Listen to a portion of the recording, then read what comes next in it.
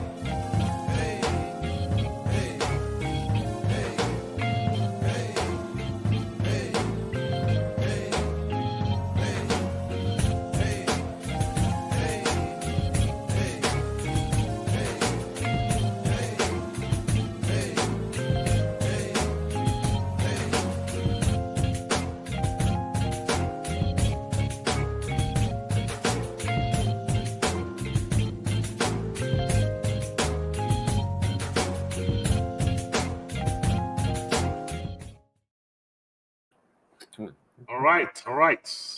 Greetings, everyone, and welcome to Unique Perspectives Love Talk Radio. I'm your host, Charles Dixon, and I'm here with my co-host, Mr. Adam Ford. How are you, sir? Hey, what's up, family? What's going on? Hey, I'm doing okay.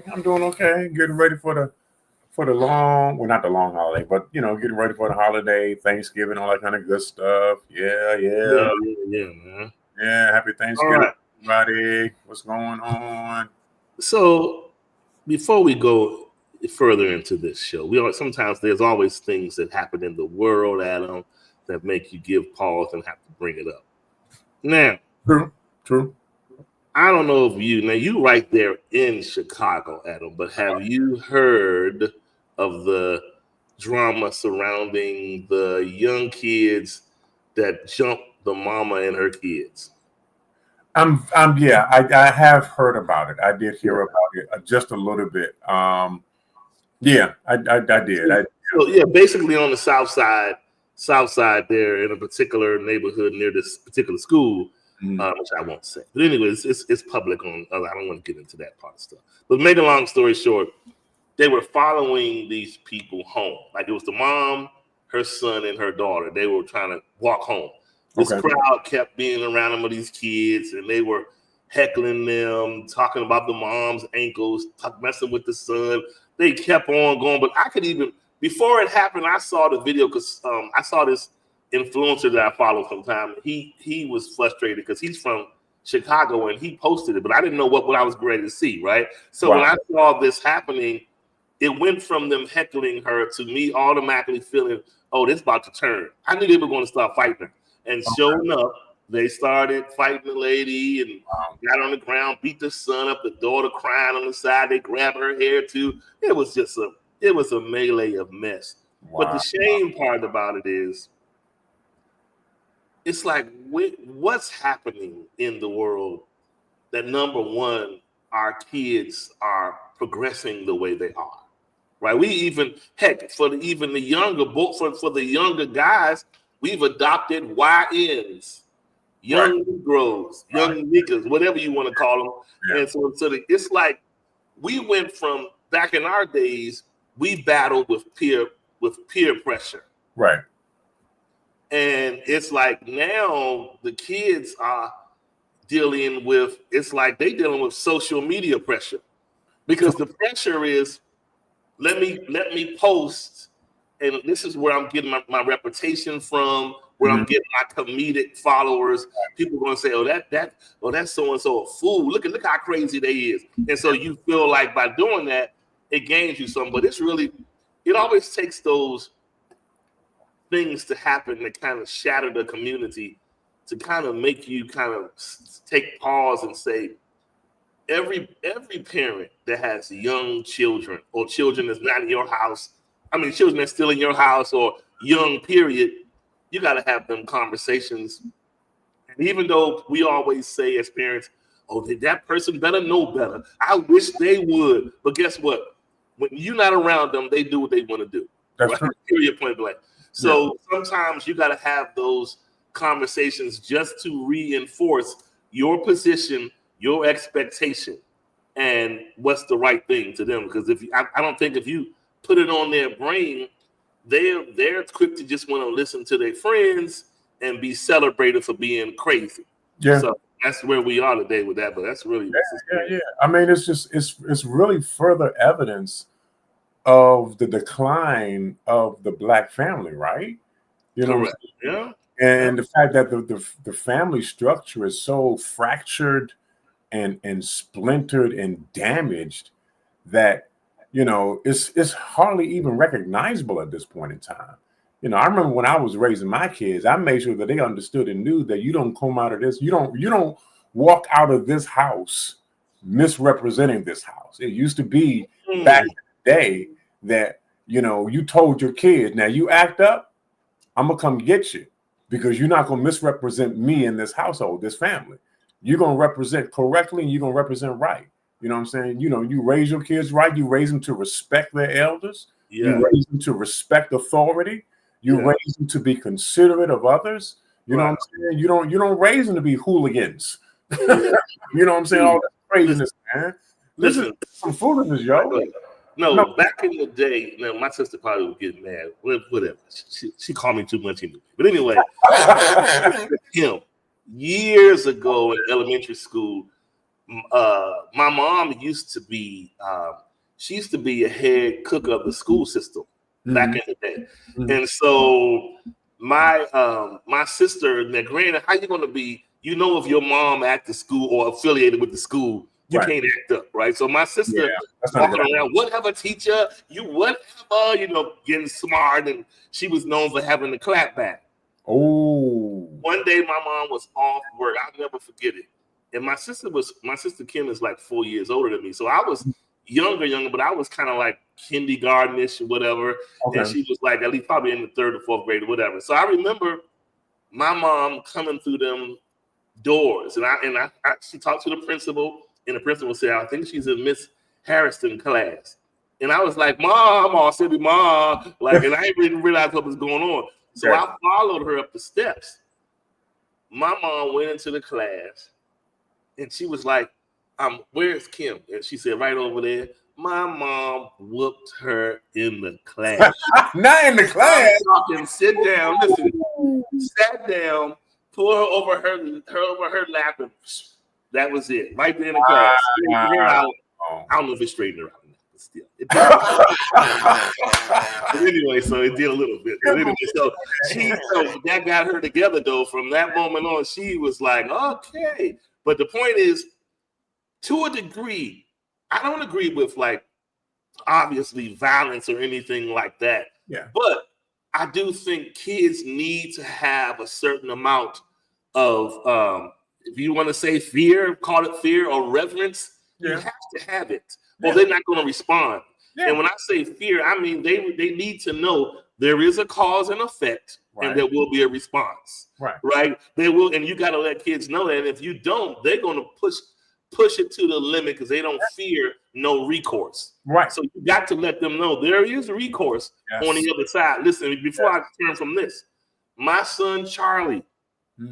Nelson, God rest his soul. But anyway, years ago, when my son was this is when I was probably living, I was living in Philly, Delaware, one of those two. But I remember Charlie was up there with me one weekend, and he was in his little phase where I want to say he was 10, 11, but he was feeling himself.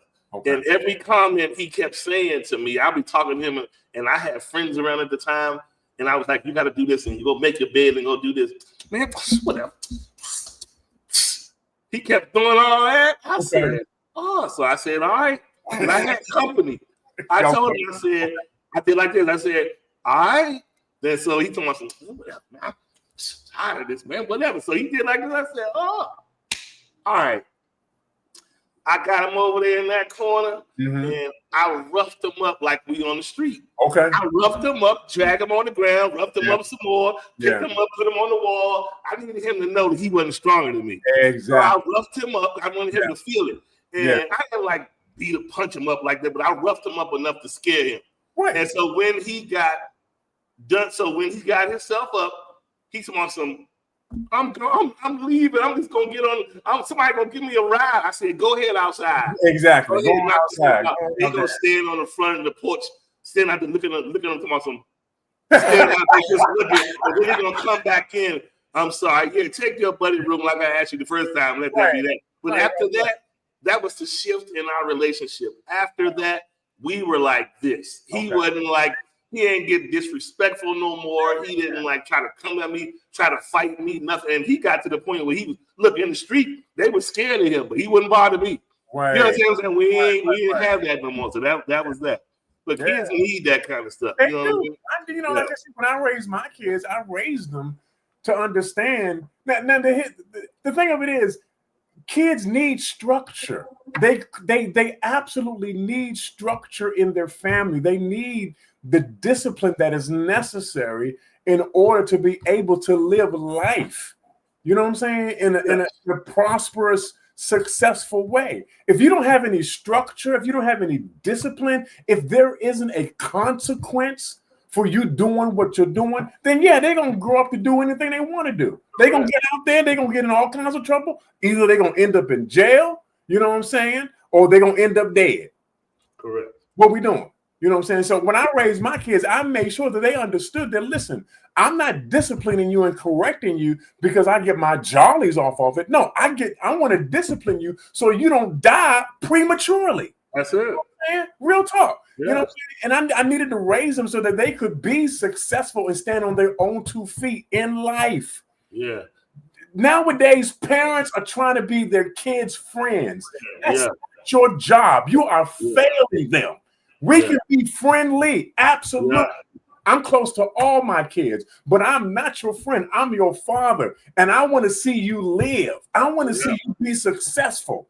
You know what I'm saying? So if that means you're going to be mad with me today, fine. I'll be your Huckleberry. I'll be your villain. Whatever it takes to get you to where you need to be, that's what I'm you to. But what we're not going to tolerate is disrespect. What we're not going to tolerate is disobedience. What we're not going to tolerate is you misrepresenting this family outside of the walls of this home. We're not doing that. Yeah, for sure. I'm telling you. I'm just saying, don't get me started on that. Don't get me started on that. Don't get me started. You know what's so funny about that whole dynamic? For generation to generation, every time there's a young child and adult sort of dynamic, it's always, they never imagined that we were their age and we went through the stuff that they did. They always feel like you lame because you're older and you don't get it. I'm like, listen, there is nothing new under the sun. We have been crazy, bad. We've tried it all, hard-headed. So you're not putting nothing that we haven't already seen or been through ourselves. It may be a different time in life, but the measures of life remain the same. So and so my question would be in regards to this particular incident that took place in Chicago is, okay, so what are we raising our kids today to do? My issue is with the kids, but it's also with the parents of those kids. What type of example are you giving your kids that they feel as though they can go out and beat up on an entirely different family? Well, how are we raising our kids, man? What the heck are we doing? You know what I'm saying? That's crazy. That's absolutely crazy that your kids feel like they can go out and do whatever the heck they want to do, and there isn't a consequence for it. That's terrible. That's terrible. That's terrible, man. That is no good at all whatsoever. Right. Y'all can come get me if you want to. Come. Let's go. All right, let's get into this show. All right. Today's topic is forgotten. Today's role reversal of the chase. Forgotten. Today's role reversal of the chase. I'm taking it you don't have it pulled up, Mr. Ford. Oh, you want me to read it? Yes. Whatever, bro. All right. Here we go with the reading. There was a time when men were looked at as the hunter, when he was seeking out a partner, or when he displayed a great level of interest in getting to know someone. That said, women were proud to feel desired and consistently pursued. Fast forward a few generations, we are now witnessing the ultimate switcheroo, and role reversal, and the hunter is now the woman. Have women grown weary in their waiting and flipped the script? Further entertaining that thought, how is the woman who's comfortable with pursuing a man seen today? Let's dig into this very intriguing and twisting dynamic. Yeah, this is a little testy, right? It's a little touchy, Mhm. but it's a real thing. Mhm. And if I could peel the onion back a little bit, Yeah. there was certainly a time where, like, let's just say you can go back to your childhood, and heck, if somebody had a party or house party or whatever, there was always the girls giggling on one side of the room, Right. and the guys over there saying, "Who you got? I want to show you in the green. I bet you I get more numbers than you." Silly stuff. But the concept was we were prepared to pursue. Right. The girls might have been silly and playing, but they weren't over there saying, most of them at least, there was always that one, but most of them weren't saying, we could ready to go over there and talk to him. They were waiting. And this is just one aspect of pursuing, because pursuing is a whole gambit. So if we're talking about the approaching the man side of pursuing, then there is the pursuing that happens in the relationship or the dating, where it seems like maybe one party is doing way more than the other, right? Okay. And so it's a lot of aspects of pursuing. Heck, nowadays they even getting on their knees and proposing. So it's a whole different ball game of that kind of stuff. And so what we are leaning on the women today to help us with is, like I had said in that write-up, is it, and y'all can be as frank and honest in this platform, is it that you feel because you may want a partner, or you may want to see yourself married, or you may want to be in a relationship if that's your thing, whatever the case is it that you feel as though because men may not be on their posts doing what they're supposed to do in that realm, that it's like, oh, well, we not wait no more. We're going to do us and just go after what we want and pursue what we want. Is that kind of the notion, or is it just that the tides have changed economically so much that women? No, see, you said where you going with this one, right? I'm just Think about this. Okay, let's play it back. Back in the day on Fridays, when a man got paid, if he thought he made some money, he was empowered. He was all ready to go out. He wanted to go on a date. He wanted to go do all these things. Nowadays, the money game is turned around. On Fridays, a lot of the men is looking sad, and the ladies is happy with their credit cards. Okay. And the men is like, hey, you trying? I'm just trying to, I got no place to go. Whatever the point is, it's a different dynamic. Okay. So what I'm saying is, I'm wondering if the economic rise is a part of the reason for the shift in the confidence of the women to emerge rather than waiting. You understand what I'm saying? I think to that, I think that, and I might be talking out of turn, but ladies, please chime in on this conversation because we need your input to get a fuller understanding. But I'm going to say, to some degree, I think that maybe the women got tired of waiting they got tired of waiting on the hunter who was supposed to be finding them. And they decided, well, I'm going to go out here and see what I can find for myself. You know what I'm saying? And I don't think that's just, okay, so to kind of put it in context, it was in regards to relationship, but I also believe that it was in regards to just them being able to, pursue a career, have a business, get their degree in college, you know what I'm saying? And then along with that, have a relationship. And so I believe that a part of that has to do with the fact that, hey, I'm no longer going to sit here and wait for stuff to happen. I'm going to actually go out here. I'm going to make some stuff happen. And if it means I need to take on the role of the one who pursues, then that's what I'm going to do. That's what I'm going to do. So, and again, that's what Marlene is bringing up. What you said kind of earlier, Adam, is like, she said one perspective is that some think that more women are becoming more masculine because more men are becoming more feminine. Yeah. Mm, Yeah. And yeah. And I think that's. I mean, let's.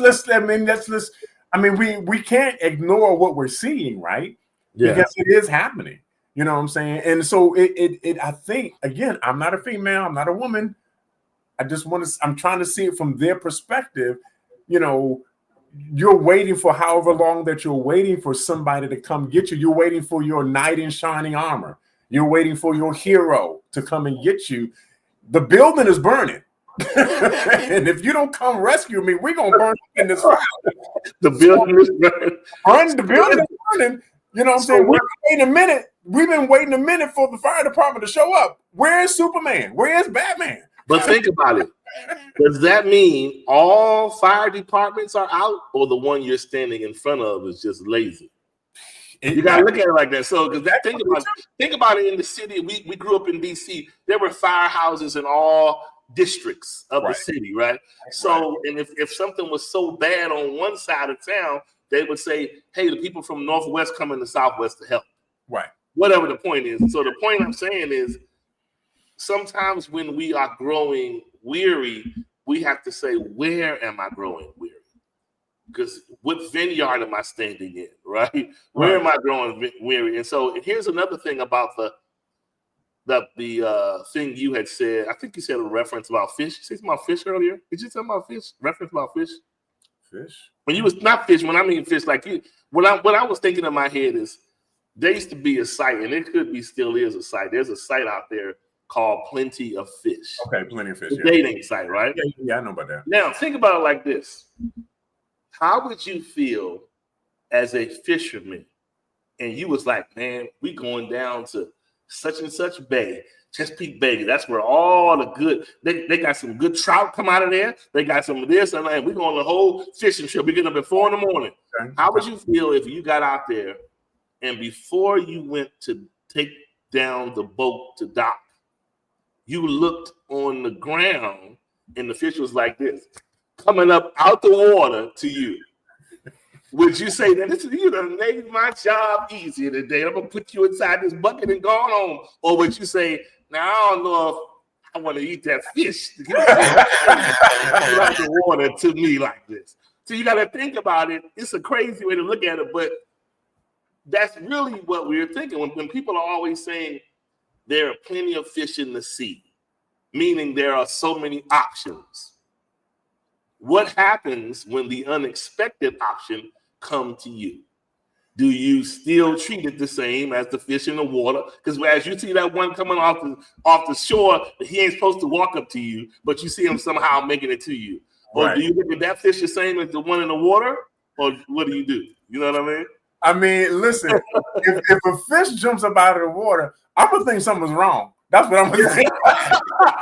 Something ain't right with this fish. This fish shouldn't be jumping out the water like this. And if it's walking up to me, we definitely got some problems. The fish ain't supposed to be walking up to me, it's supposed to be with me. But anyway, I think, and I think you were talking about this before, and I'm still trying to find that word that actually fits the scenario about how women, in terms of their pursuit of having a relationship or dating somebody, have become aggressive. Have become more aggressive. I'm not trying to put a masculine spin on it. I'm just saying in a very general way that women have become more aggressive in their pursuit of dating and in desiring to be in a relationship. Yeah, I don't, like I was saying earlier to you, I was saying, for me personally, in terms of how I see it, I don't really take issue with that. I think that the thing where a person becomes overly aggressive in their pursuit of someone, like you were talking earlier about the fact that, what if they, they're constantly texting you and they're constantly calling you and they're, always vying for your attention or trying to get your attention that, I need you to, we need to do this and we need to go ahead and do that. Yeah, to me personally, that's going to make me go, I don't know. Why are you being so forward right now? Oh, wow. I mean, I here's the thing though, right? In in good relationships, in terms of the pursuit of the person, there is a healthy, or there should be a healthy forwardness on both parts. Yeah.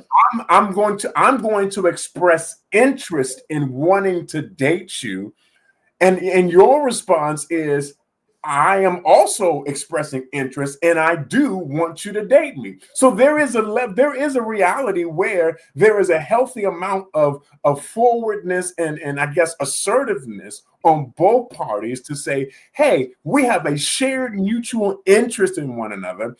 Let's pursue each other in this process. The problem comes in that where in this particular person's pursuit of you, the pursuing is kind of like one-sided. There's only one person that's actually doing the pursuing. Yeah. And in their pursuing, they're becoming very aggressive in terms of they're going after you. You know what I'm saying? Yeah. So I don't know. This is touchy because it's like, now let's just be honest. A man would be lying if he did not want to feel the confirmation that who he desires to pursue is really interested in pursuing him. Yes. You want to feel that certain level of flattery. Right. But I do believe there is a certain level that there has to be a little bit of a strategy of a couple of steps, then a couple of bird crumbs.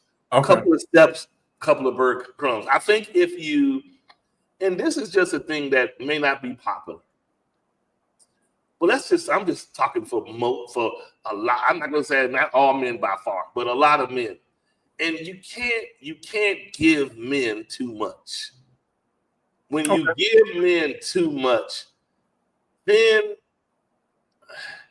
it's almost like you could be the most amazing woman in the world. But if he sees you as a little capital D, desperate, he's going to handle you differently. It's just, I don't care how fine you are, thick, much money you got. Right. If he does not see the ability to chase or feel like he is his God-given gift to be the hunter, and if he totally feels like he's totally hunted and there ain't no way for him to hunt, it's not comfortable. And when he's not comfortable, he's going to be like, yeah. You know what I mean? No, absolutely. Yeah, I think, yeah, Bruce, the church girl, the freak, the thought, all look the same nowadays. Wow. Many men has to stop pursuing because it's so easy. Yeah. So that's really it. And so, but here's the deeper conversation on that part he's making. Okay. I think if more women were kept at a G about the reality of competition, things would be a lot more open. I think people aren't blind.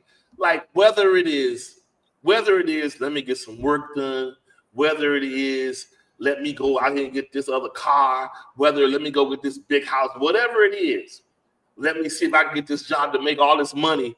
A lot of women are not blind to all that's around them. And nowadays, everybody is mastering the exterior.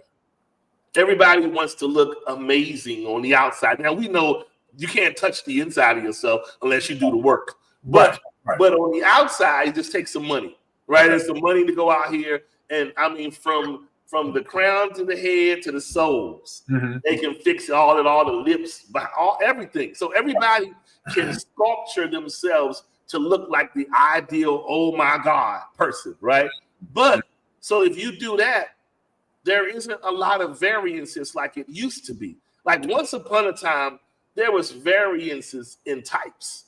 You might be like, oh, listen, but nowadays the types are like a gumbo. It's very close. Everybody looks similar. Everybody shaped similar. There's not a lot of distinction. So it makes the man say to himself, if I want something different, I have to dig for something different to make sure I come out of this with something other than physical.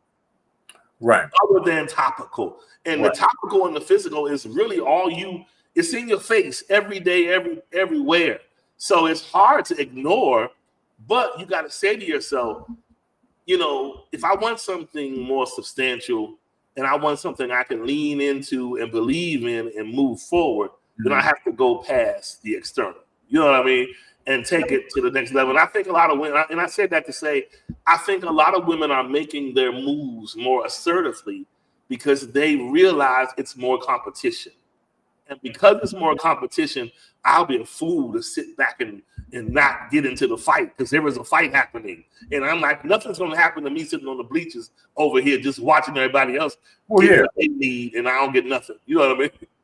No, absolutely, and that's what it kind of goes back to what I was saying before about the fact that they are no longer waiting for things to happen. They're taking the initiative to go make things happen. Correct. You know what I'm saying? And yeah. Honestly, okay. So again, I don't think there's anything wrong with the pursuit in and of itself. I think you were kind of alluding to this earlier. I think part of the issue comes in where we start to deal with your pursuit is now starting to cross some lines and some barriers. You're starting to be a little more aggressive than you should be. Because here's the thing, if I'm not giving you that type of energy, then you shouldn't be giving me that type of energy in terms of your pursuit of me, right? And in terms of your coming after me, that it should be equitable in terms of the amount of energy that we give one another. You know what I'm saying? So so I start pursuing you and I start coming after you because I have an interest in you. And then you reflect that same interest and pursue me in the same way. Because what you end up doing is you end up creating this disproportionate amount of interest in the other person that they're not giving you. And that's the thing that makes me go, you're doing a lot. Okay. All right. You're doing a lot right now. I'm not giving you all of that. And here's the thing though, right? And I think sometimes because we allow like you said, that little capital D word, we allow our desperation to determine and dictate what we should do. You know what I'm saying? We end up literally on the first date, end up giving off that type of energy. We end up giving off that type of attitude and disposition to the other person. And they're going, well, this is interesting. And then by the time we get to the third date, I don't want to text her no more. I don't want to call her no more. She is wearing me out. And I'm not talking about in the bed. I'm talking about in the other ways, wearing my mind out, wearing my patience out. You know what I'm saying? Yeah. All of this extra aggression is not necessary. You know what I'm saying? And we need to be a little more deliberate in terms of the pursuit, right? Yeah. So, so let's look at it like this. Is it hard? I mean, is it bad for someone? Let's play being in a woman's head. Okay, because what you were saying is like, kind of like, it could be a lot. You're doing a lot. Now, as men, if we are honest, do we feel that way about the woman that we really like? Right. We give 9 lives where we want to. Right. Or do we feel that way about the woman where he's kind of like, I kind of already like you, so don't do too much. You're going to really just mess it up. Right. And I'm saying that to say, if you take a woman that's not out here, got a lot of dudes on her roster, she don't feel like playing no games. She just want to meet a good dude and just move on in life and be happy. So I can imagine someone meeting a person and maybe you might feel a little anxious because you ready to move on. You ready to move on. You ready to let's do Thanksgiving. Let's do New Year's, Christmas, or let's go to Eiffel Tower. Let's get married. Whatever that is you want to do. Right. You feeling anxious because you want to connect with this person. Right. So if you feel like you're that close and this is a nice guy and he's calling me and we're going out, so she's being overly reciprocal because she's excited. But the thing is, in the man's eyes, he's looking at it as little d, desperate. Right. And that's where it gets a little tough. You know what I mean? Yeah, and that's what I'm saying. You got to be able to. I think you should be on. There should be the same amount, at least, hopefully, of interest in the both of us. Yeah. See, the imbalance comes in where there's more interest on one side than it is on the other side. You know what I'm saying? And when you have that imbalance, then the other person appears to be more in pursuit of you than you of them. Yeah. Because they're allowing their interest to kind of like drive and steer them to pursue you even more. Wow. But in good dating relationships and good relationships, there's a healthy balance of the two in both of us, where I share my interest in you and you share your interest in me, but neither one of us are overdoing it. Neither one of us are overstepping the bounds. Neither one of us are going too far in what we're doing. We're kind of like taking it slow for the most part, taking it easy, kind of pulling back a little bit. You know what I'm saying? Not doing too much. And that's an example of like a healthy interest. Yeah. Where it's like a mutual interest and it's really healthy. But in some cases, if we're honest, it doesn't happen a lot like that nowadays. Now, you do have your situations where when you come together, you like, oh my God, I was waiting for you. I was waiting for you too. And it's like you collide. You just, it gets crazy. Right. And then there are those ones where almost in all scenarios, either he sees her and she's so fine. Oh, what you need me to do? He just overreaches because he just got to be with her, got to have her, got to take her out, got to try to be her man, whatever. Right. And then it's the opposite, where the woman is seeing the guy, and women might be like, well, are we going out this weekend? Where y'all want to go? Let's go to Sharky's. Why? You want to go over there because that man own that club. And the woman will show up over there because she want to be seen. Okay. Women know how to make themselves seen when they want to be seen. Right. She'll show up to be seen, and then, and so and the thing of it is, when a woman overly commits her interest initially without it being reciprocated, I don't mean there's nothing wrong with extenuating in some circumstances with pushing your interests out there. What I'm saying is, when you do it and it's unwelcomed, it puts the woman at a deficit. Yeah. Make no mistake about it. If a man, that same man that owned the club, you got to keep in mind, there are dozens of women that think the same way you do. Right. They know he owned the club. Right. He might got a bag. And so just because you go there in your red dress is not going to change his mind.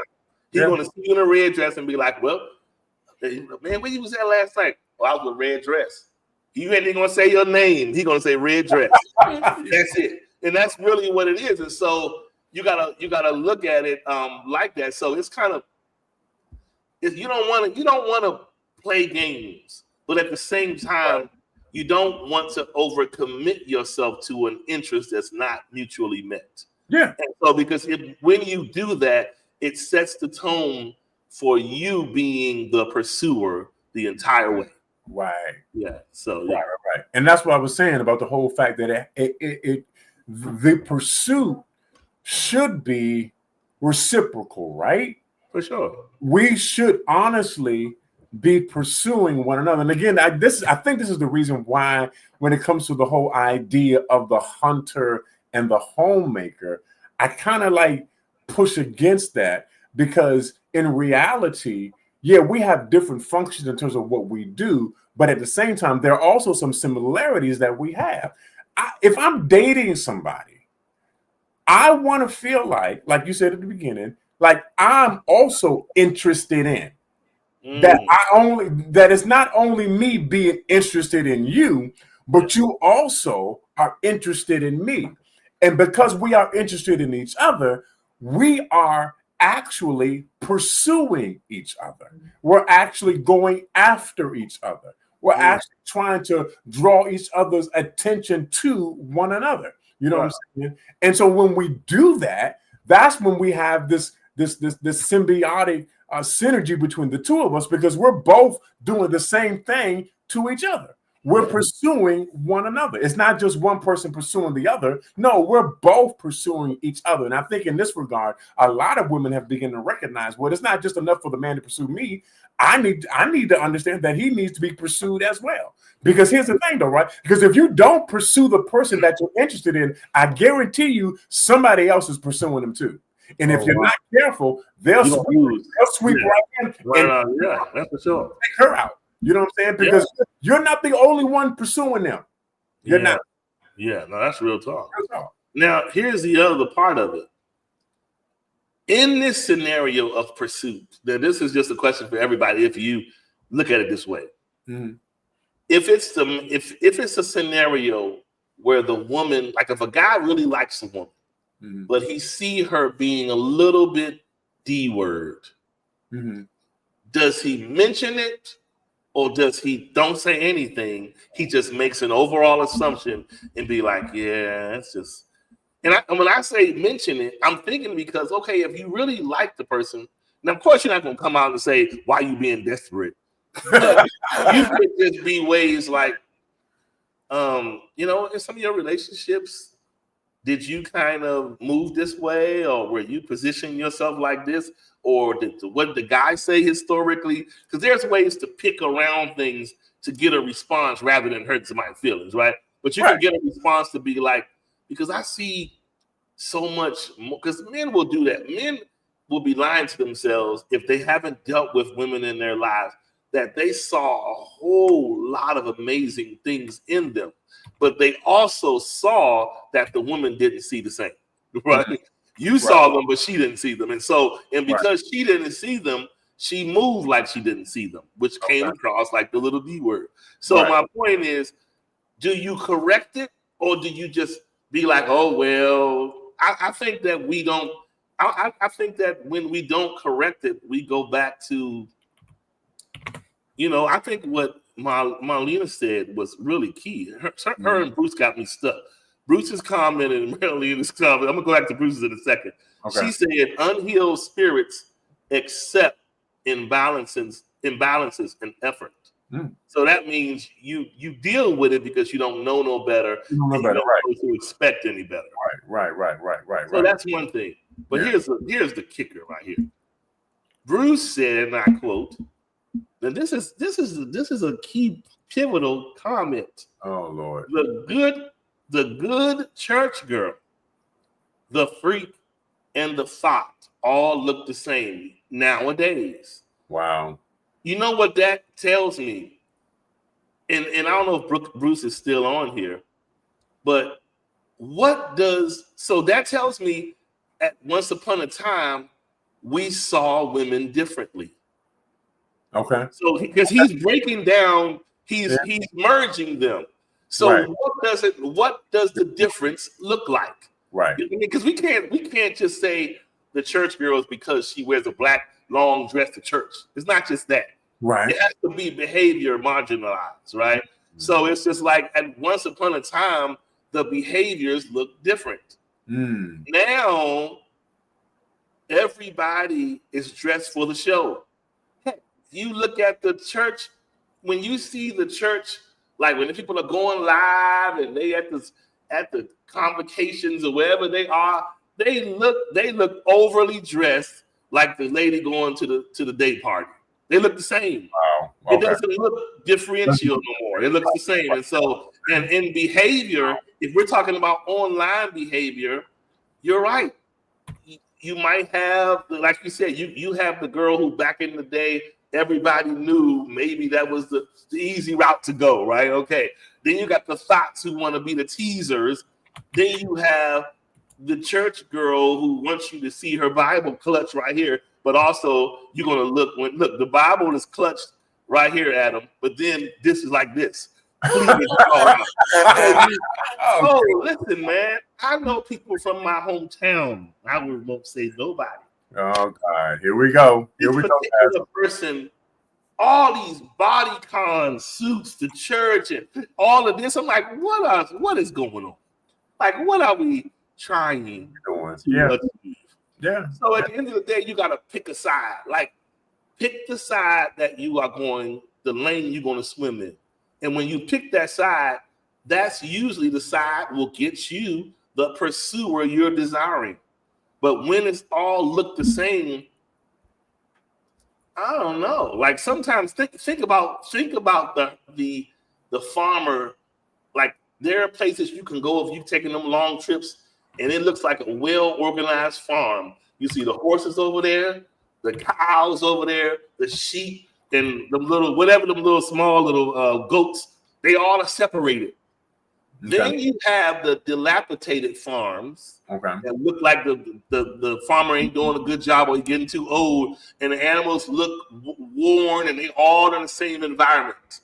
So it just looked like a raggedy zoo. So what I'm saying is that's the difference we're looking at. Because we are not walking in our veins of who we are all chasing the narrative of look. I say this a million times over. We chase the narrative of looking like the acceptable person on the assembly line at the Ford plant. And listen, Ford is a great car, but there's a reason why all these other companies rose up in factories. People were looking for uniqueness and difference. So what I'm saying is you can't accept the status quo and just remain on the assembly line of everybody else. As long as I got the right Remy something in my hair, the right level of lashes, I get some filler in my lip, I get a little bit of this, I get some shots in my behind, and I'm good to go. No, you got to take more than that. You got to be unique. I'm trying to tell you, got to be unique and different. And it's like it's hard to explain, but just don't feel like you have to go along to get along. And trust me when I tell you, this will never get old. But when a man knows who he has, he may act out a little bit, but you don't have to worry about chasing him because he's not going to forget what's at home. That's right. He knows what's at home. You don't have to chase him because he already knows what's there. And like you said, Adam, he knows I can't stay from home but so long because I know the other hunters got the sights going just like this in the window. Look at it. So yeah. You know what? That was a really interesting point that you and Bruce have made about the church girl, the freak, and the fact that they all look the same nowadays. And that's a very that's I mean it is deep and it's kind of like I don't want to say shocking, but it's like a sobering moment, right? Yeah. When you begin to realize where there used to be a difference. You used to be able to tell who went to church, who went to the club, who was in pursuit of a career, who was doing the college thing. You used to be able to tell the difference. But nowadays, they all look the same. And that's crazy, right? That it didn't used to be that way. And again, this is not, I mean, it's not just only on the women, but I think it's the men. It's just the fact that a lot of things, a lot of the lines have been blurred. Not only have they been blurred, but there's a lot of crossover. There's a lot of crossover that's taking place. You know what I'm saying? And it kind of so nowadays you have to be even more discerning, of who is actually in pursuit of you. You know what I'm saying? You got to kind of like check because, like you said, the girl that goes to the church is probably. I don't want to say she's the same girl that goes to the club. However, she might have been in that thing Saturday night and then got up Sunday morning and went right to church. Yeah. You know what I'm saying? And it's another part of this we have to consider, though. I believe everybody is wearing the same uniform because we're all going to the same school. Social media. Wow. Everybody wakes up and plugs in to see what everybody's doing, what everybody's wearing, where everybody's going, what kind of guy she got, what kind of lady he got. And we pattern ourselves after what we see. Mm-hmm. So from the men to the men got all the different variances of hair that's seen by other men. You got the women most women that get their hair done, they don't just wake up and say, I have an idea, I want to get my hair. I had a dream and I wrote it down and I just think my hair look pretty like this. Mm. Most women will tell you, they'll ask you, how should I get my hair? And you look at the thing, it's a picture with 4 different women with their hair. And they're patterning themselves after what they see. Or the girl might be out in public. Oh my God, who does your twist? Who does your locks? Who did that? Who did it? So we go after what we see and what we like and we adopt it. Right. So this is why I'm saying, so nowadays we log into the network and everything we take in and give out, we're giving it back into the network. And so we're not being independent. We're just kind of being clingy to the network. Yeah. And so that's why we're all looking like one network. Wow. It doesn't look different. You know what I mean? Wow, that's not necessarily good. Not necessarily. Even our behavior. Think about it. You look on there and you see every day, everybody is all of a sudden now where do we get this cameraman recording all the fights? Like every time you look around, I saw a video the other day where this lady, she did her own. Here she go. A lady was beat. She said her and this lady were arguing. The lady walked over there to the ledge, put her phone right there, push record on live, and walked over there and started beating the lady up, and then picked her phone up and left. So we have this trend of just, I'm going to whoop you in the open. I'm going to whoop you in front of everybody. I'm going to beat you down. And we just be ignorant with it all over the place. And so we're doing the same in the relationships. When we catch somebody out, now we got to have the camera person walking behind the girl or the guy walking up like the girls walk up while he's eating with his new family, or the guy catch her in a hotel. He got the camera. What is with the capturing of trauma? Why do we want to capture and remember trauma? Wow. I don't know about nobody else, but I don't want to see nothing. I'm not going to go looking for nothing, because when you see it, it's hard to offload it. Well, you can't help if it catches you and you just run right into it. But you do have a choice if you go looking for it. Yeah. Yeah. If you go looking for it, you don't know what you're going to run into. And that thing will stick with you forever. So, yeah, you don't need that stuff will mess your mind all the way up. No. Yeah. We don't need that at all. We don't need that at all. And I think just to kind of, in regards to the whole pursuit thing, you know what I realized too? Well, you don't get scared now. No. I think we just need to be just really kind of like aware of what's happening around us in terms of, who's pursuing you, what is drawing you, what I'm saying, to certain things. You know what I'm saying? Because a fisherman uses lure to catch certain types of fish, right? You know what I'm saying? He goes to certain types of waters. Yeah. Yeah. And certain types of lure capture certain types of fish. Oh, that's good. Yeah. Just be aware. You know what I'm saying? If you look in a certain way, that you're going to attract certain things. Certain fishermen. Yeah. Real talk. So that's why I said, man, this is the thing. But I will say this, just to kind of balance the waters. Mm-hmm. Women, just as we're focusing on the women part of it because we're men, but men are just as much as thirsty and overly pursuing as women. Yeah, definitely. I mean, why do you think the women will make the comments now? Because he's creep. I mean, like a pedophile, whatever the case is. But women will say these things when the man seems a little oddly. It's like he can look a certain way, could look nice, but if his behavior is creepy and he's a little too kind of possessive, stalky, it don't make you feel good, right? So, So both sides have to be cognizant of that. And I would say if you notice it, don't think it's cute because it's really a sign. Yeah. Somebody is showing you that it ain't cute. It's a premonition of things to come. Yeah. That's why I said, the fact that, if the pursuit is, if we are both pursuing each other, then that's the way it's supposed to be. That's a healthy, wholesome dating relationship. Yeah. But if only one person is hotly pursuing you, like you stole something, and they come to arrest you, you need to question that, because that's usually a sign of something else happening.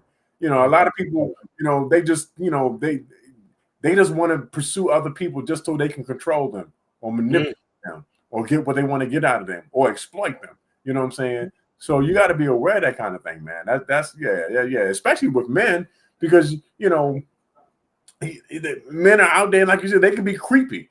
Yeah, we can be absolutely creepy. You know what I'm saying? So yeah, that's that whole pursuit thing is kind of and don't Charles, don't get no crazy ones. Lord help us. Oh my goodness, yeah, that pursuing thing is outside. Deep. They outside. They wait for you to come outside. Yeah, because look, a lot of times when they've been on surveillance all night. Yes, and before you know it, sometimes when somebody is like a awkward pursuer, it normally always catches you kind of off guard, because initially you think it's cute the first night or so. Right. Then before you know, you're like, this is a little different. And then it gets a little strange, and then you in a situation. So yeah, you gotta pay attention to that for sure. We talk about stalking. What's the difference between pursuing and stalking? What's the difference between the two? Healthy pursuing is interest-based. Yeah. General stalking is usually reaction-based. Some people, and here's the thing about stalking, the reaction is where it gets weird, because sometimes the reason for the reaction is you simply just didn't do what I thought you should regarding me, which is that person's prerogative. Okay. And then there's the reactive stalking to somebody who might have been in a relationship and was like, you know what, I am blocking Mike. I'm tired of him calling me. I know we was together, we was intimate, but I don't want to deal with him no more. I'm dealing with Craig. Blocked. Now Mikey is in a psyche mindset. Yeah. He's mad that you're not about to walk away from him like this. So I'm pulling up and I'm camping outside. I wish somebody come outside with you. So it's different. So that stalking thing is a little the stalking. Listen, stalking will change your entire life, because stalking makes a person that's good at stalking will make you have to rewrite the way you move, the way you think. You got to look over your shoulder, especially if you're not trying to hurt somebody or go to jail for hurting somebody. Right. You move around a little differently because you know that person is unhinged. And I have to move a certain way or this ain't going to go good. You know what I mean? But here's the thing though, right? So for the stalker, from their perspective, they see this as their pursuit. They don't see the harm in it. This is what I'm doing to get your attention. This is what I'm doing because I am interested in you. So I'm pursuing you, but I don't see it as how you like it. Right. I don't see it as stalking. I see it as me just going after what I want, and I get what I want. You know what I'm saying? So that's the part thing. we left. The biggest part we left out of stalking is control. Okay. Stalkers stalk because they want to infuse a spirit of control over you. Okay. That's why you at work like this. You guys had a great weekend. All right. Wait. The person at your desk. How you get that security? Listen, you don't understand the world of stalking. Here's the thing about stalking. No place is off limits. Nowhere. Listen, man. I remember, Adam. Dude, this ain't even funny. I gotta bring up this one time. I was mad. Two of my cars got scratched as a result of it. But let me tell you this. Please tell the story. Please tell it. Tell Dude, it. I called myself because this is during the time I was trying to call myself making a healthy transition from Chicago. All right. I'm coming down because it had gotten so bad one night that I said, I'm going to just go and get a hotel where nobody know where I'm at. Wow. So I don't have to deal with this. Wow. I promise you. And this was like in the week that I was preparing to leave. I got my bag, got my little things I need to go down them steps. I was going down the steps and I said, let me just, because they had already been doing the activity 30, 45 minutes before. So I would try to call myself gauging them, maybe moving around so I can beeline. At that time, it was like a garage underground to go to my car. Yeah. But I had to go outside to go across the courtyard to get to the garage. Okay. So I went down the stairs. I was like, okay, it's a little half dark. Let me beeline. I got out the door at him to get ready to walk towards the garage. Charles! I'm like, I promise you. People all outside. You know, I'm in the white area. People outside walking their dogs and playing with their kids. Charles, and she didn't think about it. It was like she looked straight across that street, straight at me. Forget everybody else. Forget the bystanders. Charles. I looked when I saw her. I said, I was turning around to go back to my door, dude. She was Sha'Carri Richardson. She flew to the door to catch up to me. Because I didn't want to make it. As a man, we have to move differently in these kind of situations, or we'll be seen as the aggressor. Exactly. So I turned around and tried to just kind of calmly go back to my door. Here she comes, Flojo to the door. Dude, trying to get with me and fight with me in the lobby. Wow. With the camera right there. Right. But dude, so I just had to do what I had to do to subdue. Then I went back inside, closed the door. Right. Ain't go nowhere, still was outside. And so she was so mad that she couldn't get to me. Right. Later, when I came down, hopefully when the smoke's clear, dude, I go down to the garage and to go get to my car to leave. I had 2 cars in that garage. Okay. I go down there. I didn't even pay attention to because I was just calling myself getting into the car. Yeah. I got into the car to leave. And when I left, I got to where I was going. I got out and I was going around with the thing to get my this is what happened. It started drizzling. Okay. I had to put my wipers on. Okay. And I said, something just said, skirt. I was like, what the heck is that? Dude, the passenger side wiper arm was off. It was just the metal thing on there. It was one wiper on the driver's side, wiper off on that side. I said, hold on. So I pulled over, get out the car. There was a deep scratch on the hood. This is a nice car, too. A deep scratch on the hood, Adam. And I looked around the car. It was a scratch around the whole around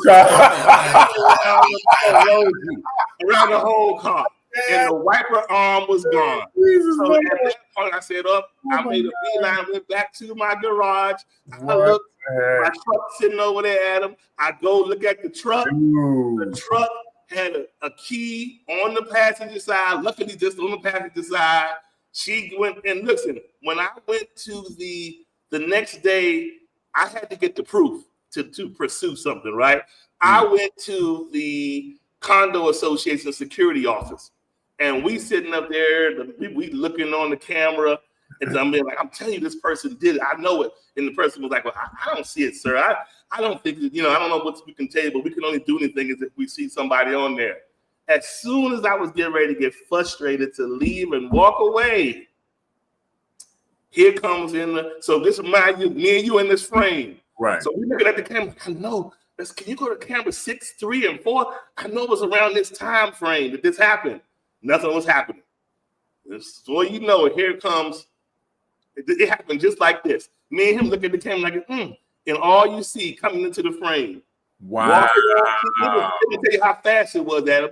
She came past the camera. It was all of about a minute, 10 seconds. She went, did what she did because I couldn't. The camera where my cars was out, so you couldn't see anything. Right. You just saw her come in and saw her leave out.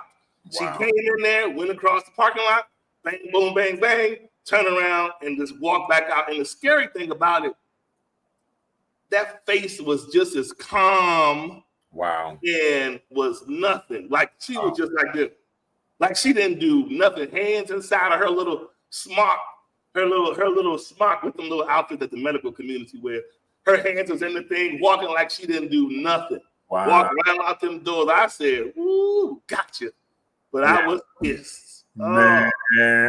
Dude, you don't understand them stories. That was just a minor story. That was a minor story. Thank God. Lord have mercy. That's why I say to stalking. Yes, stalking may be some people's form of a dysfunctional pursuit. Right. But it is dysfunctional and it is control based. Yeah. Period.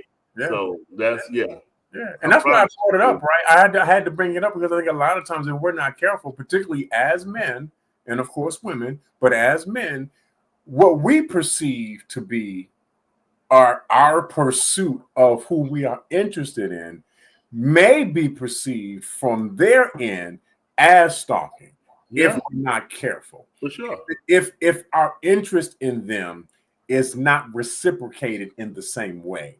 And I think we have to be careful in terms of how we do it. You know what I'm saying? And I think that's for both men and women. Because women, if you're not careful, your pursuit of who you're interested in can also be misinterpreted as stalking. You know what I'm saying? If it's not a shared interest in that thing. You know, and that's just real talk. This is real talk. I mean, I know we talk about the whole, I know Charles's story can be a little humorous, but it's a real life thing. That was a real situation. It's a real life thing.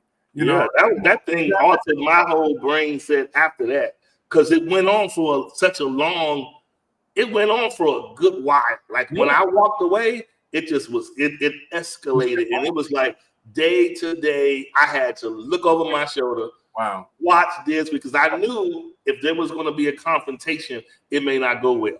So that's why I was like, look, I'm not going to jail for nobody. So I'm going to play this thing smart and go around whatever. But it was a whole campaign of stuff. It wasn't even I've been in situations, in the crazy situations where the person may either try to scratch the car, do something to this, and then that's it. That's the one blow up and that's it. Yeah. But this was a campaign of drawn out string. That thing was something. I said, good talk, man. Good talk. Look like you got the worst of it, Adam. The worst of it was the courts got it wrong. What? When the person had gotten caught this one day, I outsmarted them.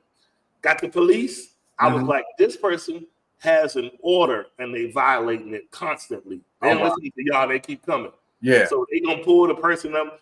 They got her. I'm standing there. I'm not trying to look over there, and she looking all. She don't even care. The police talking to her. She's doing like this. I'm just like, what kind of stalking is this? But anyway, nonetheless, Adam, I was like, I really, really got it right that time. But anyway, here's the thing. The cops kept looking at the thing. Mm-hmm. He says, I see this order, but I don't see, I'm trying to look. The courts had gotten her last name wrong. Oh, wow. So because her last name was not right, I gave it to them correctly. Yeah. But whoever was doing that work entered it in wrong. Yeah. And because they entered it in wrong, I had to go back and get it redacted. Wow. And it had to be a corrected order. Yeah. But the point was, I said to that cop, now what if I got killed today?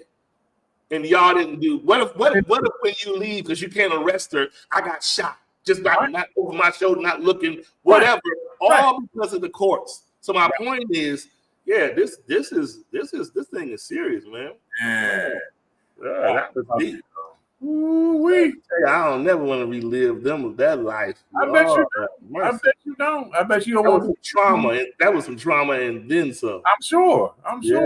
Oh, no doubt about that, man. No doubt. We do. But we just glad you survived it. You got some sympathy in the comments. You got some sympathy comments in the comment area. You know what I'm saying? Dude, but for real talk, look, you brought that up. That wasn't nowhere in my mind. When you started saying stalking, I was like, that's the thing, right? Because like I said, a lot of times our pursuit seems harmless to us while the other person is perceiving it as stalking. And, and we're kind of like being, we're invading their area. We're being intrusive. You know what I'm saying? And again, it has to be shared interest. It should be, absolutely should be mutual shared interest in both parties that we are pursuing one another. So yeah, man, that's all. That was deep, man. It's just like, and if I was a doctor in this situation and I wasn't involved in any of that I just told y'all about, the unfortunate part about it is that person was looking at it like they weren't looking at it as stalking. Right. Just like you said, they were looking at it as it was a response like, why aren't you paying me attention?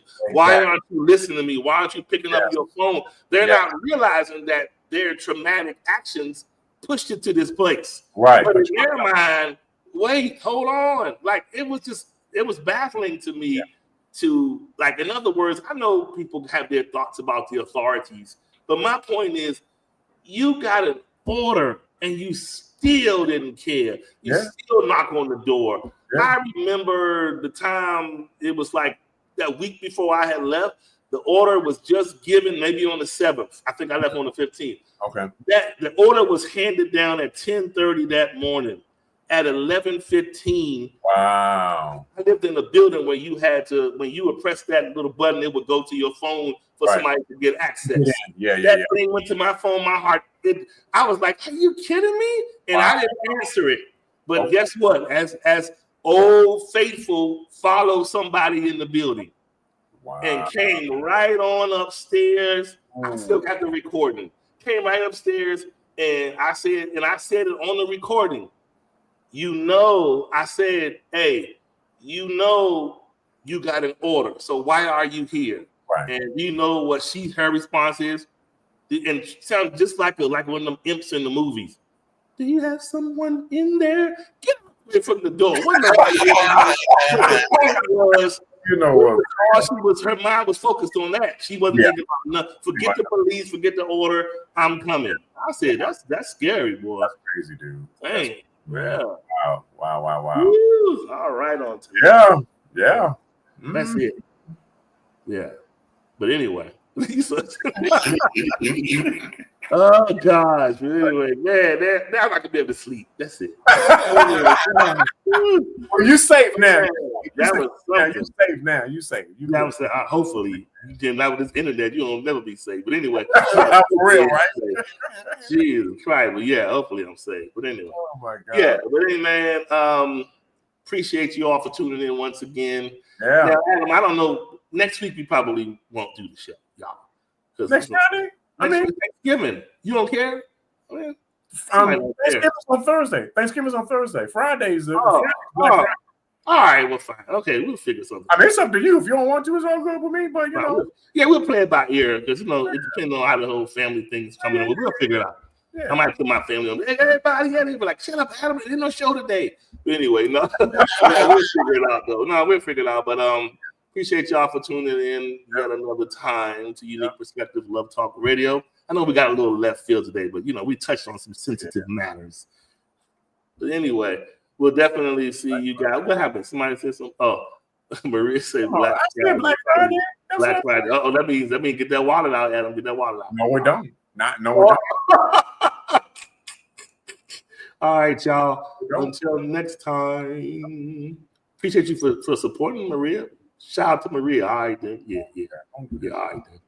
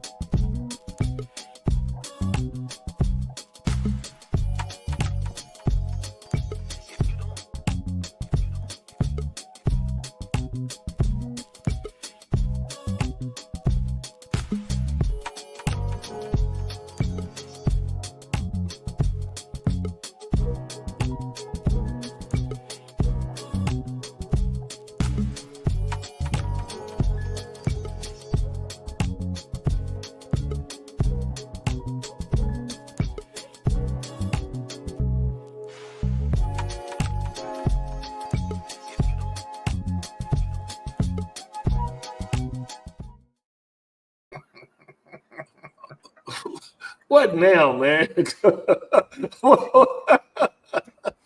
Oh gosh. Oh, so let me do this real quick before I get in trouble. I just want to wish my baby happy birthday again. Her birthday was yesterday.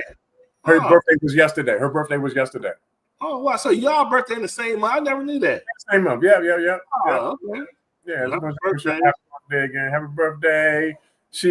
Man, I was gonna say something, but I'm like, I ain't gonna say it. I'm already in trouble as it is. Oh, she wants you to put her business out there. Tell everybody. I ain't gonna put her business out there. I ain't gonna say nothing else. I'm already in trouble as it is. So yeah. Oh my God. Look. The fortunate thing about this is that y'all were both able to see another year. Absolutely. Yeah. Wouldn't have it any other way. Not at all. Not at all. All right. Well, on that note, we shall see. I don't have no. Do you have any uncut today? I don't have no uncut. I mean, if you're going to pursue them, then do what you got to do. Just go ahead and jump out there. If you're going to pursue, jump on out there. Get a plane ticket. Listen, let me be honest. That's a cut to the chase. We brought up a lot of historical content as the way people look at relationships, right? But nowadays, I really do believe the playing field has been leveled, and women have no problem at all stepping out of their zone. Heck, they will DM, walk up to you at the bar, wherever you are, out in public, at work, at church, wherever you are, is off limits. Nothing is off limits.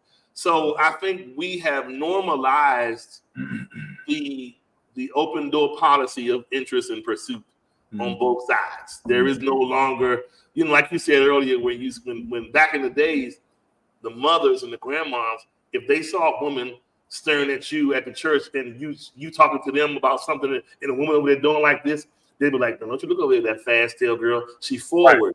Right. Say she forward. Yeah. Nowadays, there ain't no forward. It's just driving. Nobody's going to reverse or neutral. Everybody's driving forward. So it is what it is. So that's we just in the new world, and don't be surprised if the interest don't look the same and the pursuit don't look the same, because everybody's shooting a shot. Yeah, literally. What it is. Sure. All right, y'all. Next time, look, if we don't get to see y'all beforehand, happy Thanksgiving. Yeah, happy Thanksgiving, everybody. Enjoy your families. Be grateful for what you got. Be appreciative, no doubt. In the good words of an old friend, spend time with those worth spending time with. All right. I'll let y'all. That's what the stalker said. Stalkers. What are you talking about? No, stalkers in there. You go spend time with what I say you're going to do. Yeah, exactly. Yeah. Man, I'm going to take a walk. All right, bye. Man. Bye, y'all.